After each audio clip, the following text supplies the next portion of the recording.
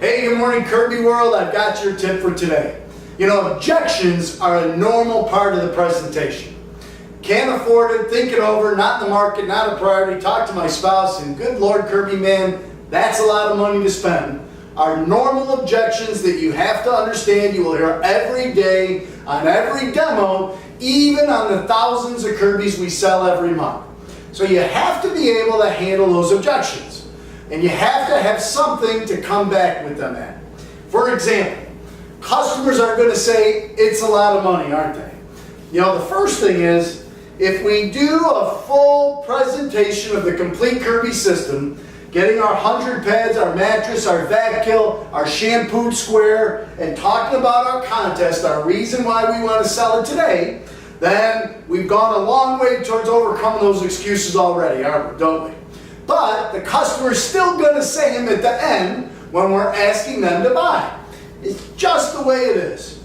So when you get those objections, I'm just going to cover a couple now, but you're going to find that when you're overcoming them in front of 100 dirt pads, it's a lot easier to overcome those objections.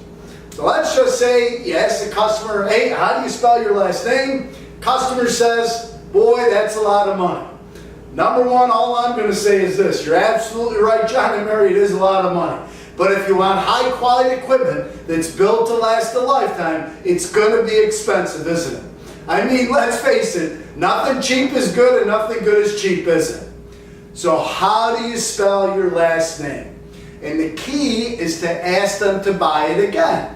Because every time I ask the customer to buy it, they're either going to say no in one of those objections, or they're going to say yes, in which case I've made a sale.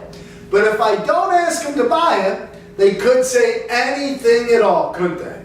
So by asking them to buy it, I know what they're going to say. One of the objections, or yes, I will buy it. What if they say it again? Hey, that's a lot of money, Kirby man. You're absolutely right, John and Mary. It is a lot of money. But I think you'd have to agree with me. It's a lot cleaner too, isn't it? So how do you spell your last name?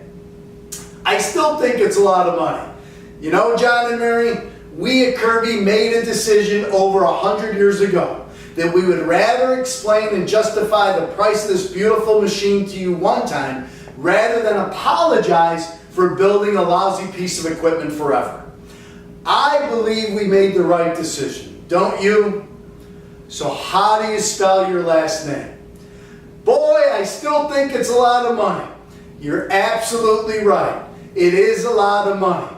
But you know what? Whether you buy a Kirby or not today, John and Mary, you're going to spend the money on it. Either you're going to spend the money on the damage all this dirt is eventually going to do to your carpeting, furnishings, and mattresses. Now, what makes more sense to you? To spend the money and have worn out carpeting, furnishings, and mattresses, or to spend the money, have beautiful carpeting, furnished mattresses, and a new cleaning system for you and your family? I think the answer is obvious.